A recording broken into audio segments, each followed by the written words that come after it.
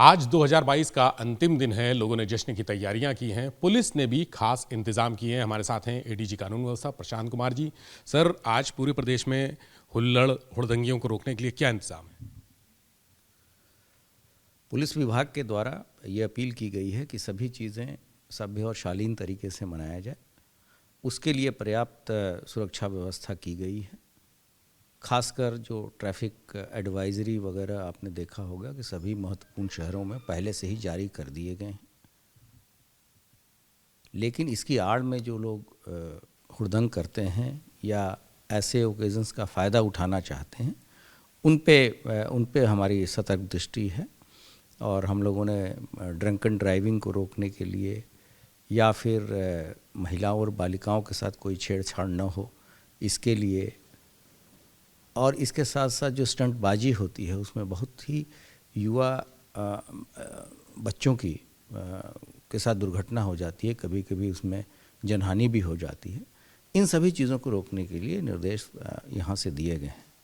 साथ ही साथ जो सभी वरिष्ठ अधिकारी कल से ही पेट्रोलिंग पर हैं फील्ड में, और हमारी जो PRB 112 है या जो हमारी टू व्हीलर्स हैं, इनको भी पर्याप्त स्ट्रैटेजिक जगहों पे लोकेट किया गया है।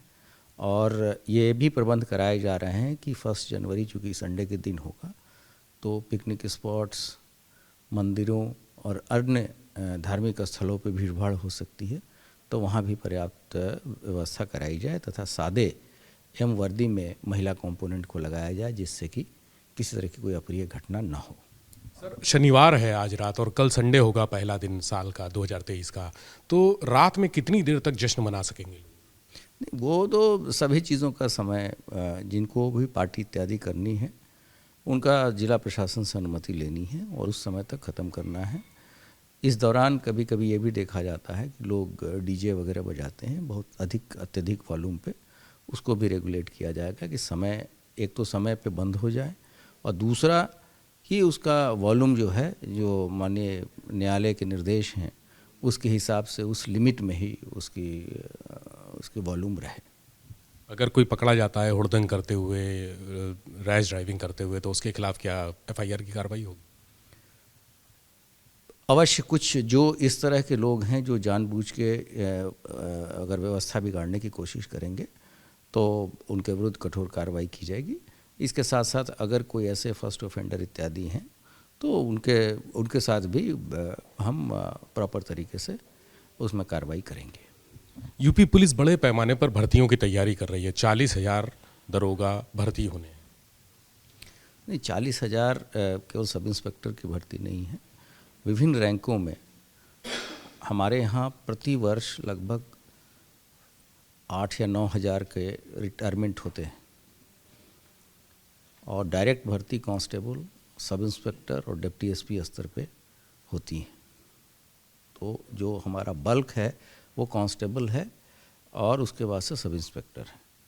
तो वो जो नए पद क्रिएट होते हैं और साथ साथ जो रिटायरमेंट होते हैं, उसका प्रोजेक्शन अध्याचन गया हुआ है, जिसको एक समयबद्ध तरीके से जो हमारा भर्ती बोर्ड है वो उसमें भर्ती कर रहा है, और बहुत ही पारदर्शी तरीके से लगभग 1,60,000 लोगों की भर्ती ऑलरेडी पिछले 5 साढ़े 5 वर्षों में की जा चुकी है।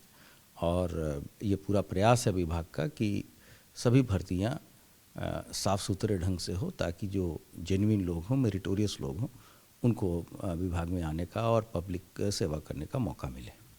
चूँकि चुनाव भी हैं और लॉ एंड ऑर्डर की मजबूती भी होगी, तो कितना महत्वपूर्ण हो जाएगी ये भर्ती? हमारी भर्ती तो अब हमारे पास केवल जो नए क्रिएशन हैं और जो रिटायरमेंट्स हो रहे हैं उसी की वैकेंसी है, और पहली बार ऐसा हो रहा है कि PSC अपने फुल स्ट्रेंथ पे कार्य कर रही है। तो हमारे पास कोई जनशक्ति की कमी नहीं है, और जनशक्ति की कम होना कोई बहाना नहीं है। और उसके कारण आपने देखा होगा विभिन्न जगहों पे जो अखिल भारतीय जो आंकड़े रिलीज़ होते हैं किसी भी चीज़ों में, तो उसमें उत्तर प्रदेश की स्थिति बहुत ही अच्छी है। बहुत शुक्रिया। एडीजी कानून व्यवस्था प्रशांत कुमार जी हमारे साथ थे और उनका कहना है कि हुड़दंगियों के खिलाफ कार्रवाई की जाएगी। जो नई भर्तियां हो रही हैं वो जिस तरह से रिटायरमेंट होते हैं उसके हिसाब से भर्तियां हो रही हैं और कानून व्यवस्था में सुधार आएगा इससे। कैमरा से हरिओम के साथ विवेक त्रिपाठी, एबीपी गंगा, लखनऊ।